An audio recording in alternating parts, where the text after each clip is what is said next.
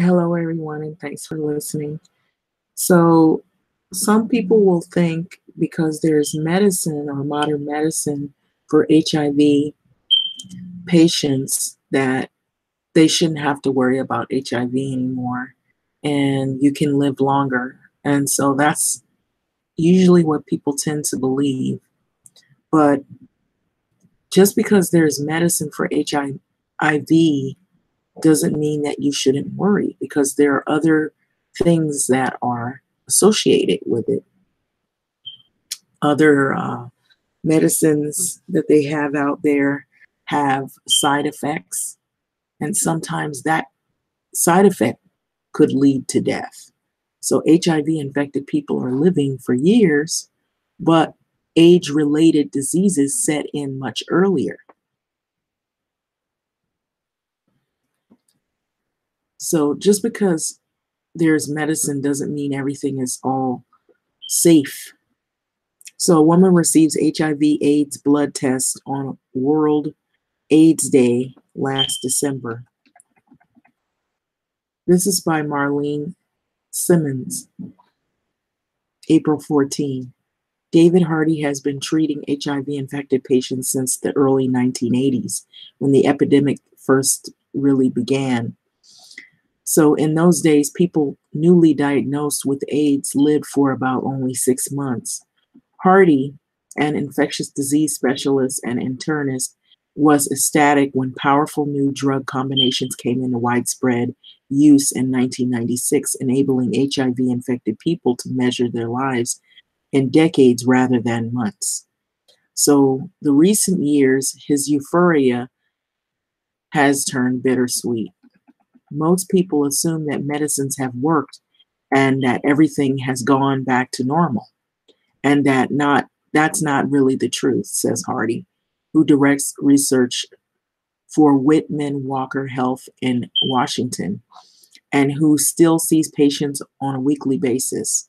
While we have suppressed the HIV very well, we've now discovered that the medicines only treat parts of the problem.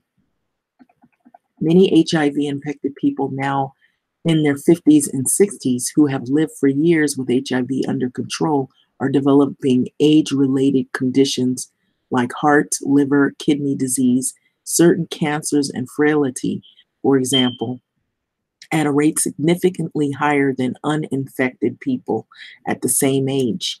These are things that people develop all the time as they get old, but they are occurring at earlier ages in HIV positive people, Hardy says. So the first goal was to save someone from dying of HIV infection, agrees Anthony S. Fossey, director of National Institute of Allergy and Infectious Disease, and a leading researcher involved in developing the AIDS drug combination. So after we started successful therapy that suppressed the virus and extended the lives of people, we began to notice that people are getting diseases associated with aging sooner than their chronological age would indicate that they should be getting them. So, an aging HIV population, in 2014, it is estimated that 45% of Americans living with HIV were older than 50, amounting to 428,724 people, according to the Center of Disease Control Prevention, while 27% were older than 55 and 6% were 65 and older. These include people diagnosed a decade or more before life-prolonging drugs became available, as well as older Americans diagnosed with late-stage AIDS who did not begin HIV drug therapy until then. Experts believe that this timing, the point at which someone starts therapy after infection, is a key to understanding what is happening now. It is involving how the body's immune system behaves following infection with HIV. So if you are born, or if you are in your 50s today and you were infected when you were about 20 years old, you had about 10 years of living without therapy before the drugs came along and it helped you survive, says Carl a director of the NIAID's AIDS division.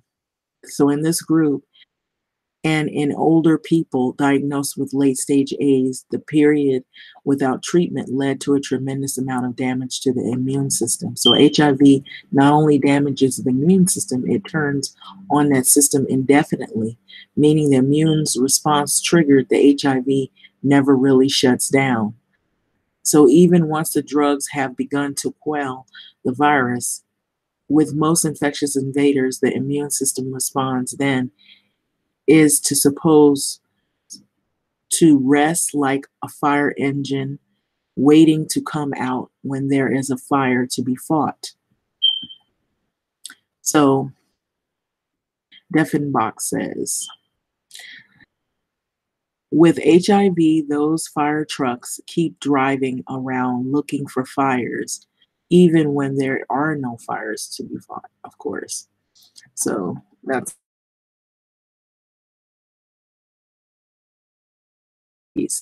it isn't only the initial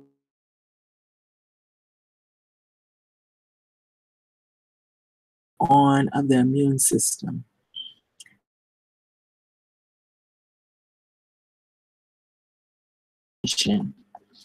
So many AIDS researchers believe that this immune activation is the primary mechanism underlying the accelerated rate of age-related diseases. So HIV-infected patients must take multiple medications daily, some with side effects. But experts believe that AIDS drugs aren't a major contributor to the conditions.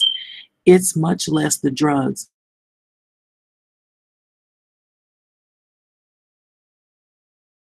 Medications control HIV, but they don't cure it.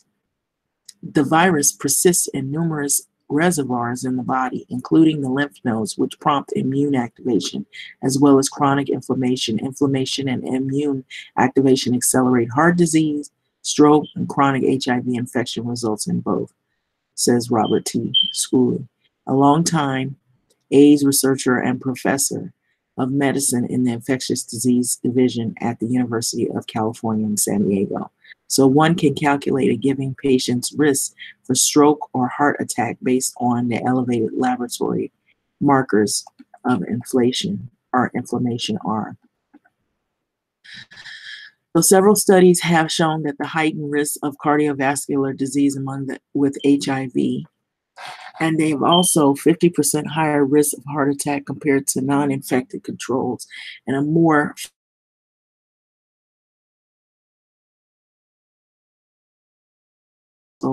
are a greater danger from complications associated with heart failures.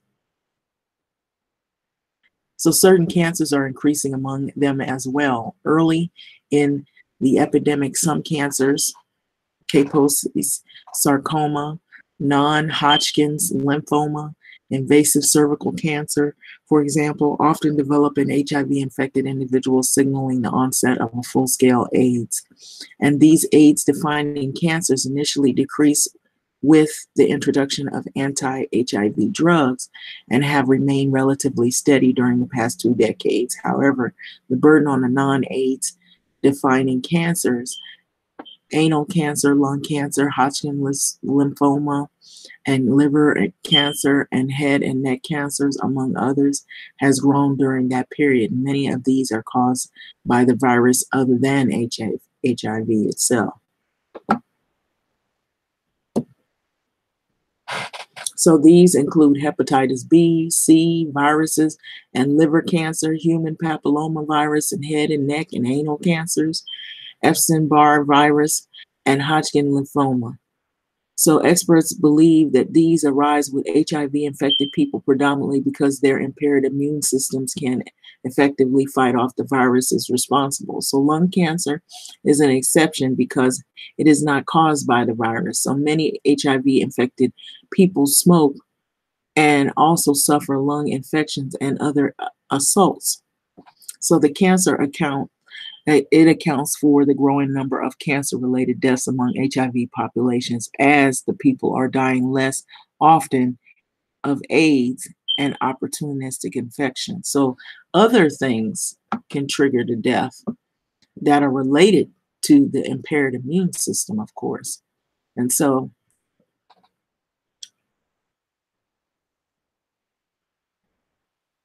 the National Cancer Institute HIV and AIDS Malignancy Branch, okay. Also, the incidence of most cancers increase as people age, and the HIV infected people are becoming more susceptible to this, just like the rest of us. And so I think people really didn't look at this. They figure that, oh, they've got medicine, they can live longer. That's all you hear. And they think that they don't have to worry anymore because they can just sleep with whoever. And if that person has it, oh, well, you're going to die of something. Some people's thinking is like that. And so we don't have to be protected anymore. We could do the same things we did before everybody had this hysteria and panic over that disease. So this is telling you, no, worry should not be over. You should also be worried because there are other things that come with the medicine that are side effects, and just aging earlier and having these health related issues that are onset early because of the impaired immune system. So the ongoing study has shown that patients who have start AIDS antiretroviral drug therapy early generally fare a little better than those who wait. So including significantly reducing their chances of developing full-scale AIDS, but even a brief period between infections, the onset of therapy can harm the immune system and cause problems. This is what the experts say. But leaky gut, very shortly after someone is infected, the lymphatic system in the gastrointestinal tract undergoes a major transformation known as microbial translocation, often called leaky gut, a condition where the microbes' GI tract escape and enter the bloodstream, according to Amy Justice, a professor of medicine. And so Yale University, who studies HIV among veterans. So there's also people that you don't even realize who are suffering from this. And so that's why you not only have to watch people from just their mental state, but their health state. Who are you really with? When you get in union with somebody, you have to also consider what their health issues are prior to getting involved with people. So could this also be another reason why some people remain single? Because they want to find out the whole history of what this person is going through. Because there are a lot of people won't tell you they have HIV. They'll just sleep with you and give it to you. And so this is what you have to go through if you acquire this deadly disease. So I still say it's still deadly because there are other things that you can get. Even if you get the medicines to live a little longer, you're going to suffer. You're going to suffer because you're taking the medicine, and you're going to suffer because you have other illnesses that you could acquire along with this. So it goes on to say it happens quickly after infection, and we're not very good at preventing this. So even when we treat them with anti-HIV drugs early, they still have more microbial dislocation than people who don't have HIV. And it feeds the chronic inflammation. Moreover, drinking alcohol exacerbates leaky gut. So drinking when you have HIV is not a good thing. So in fact,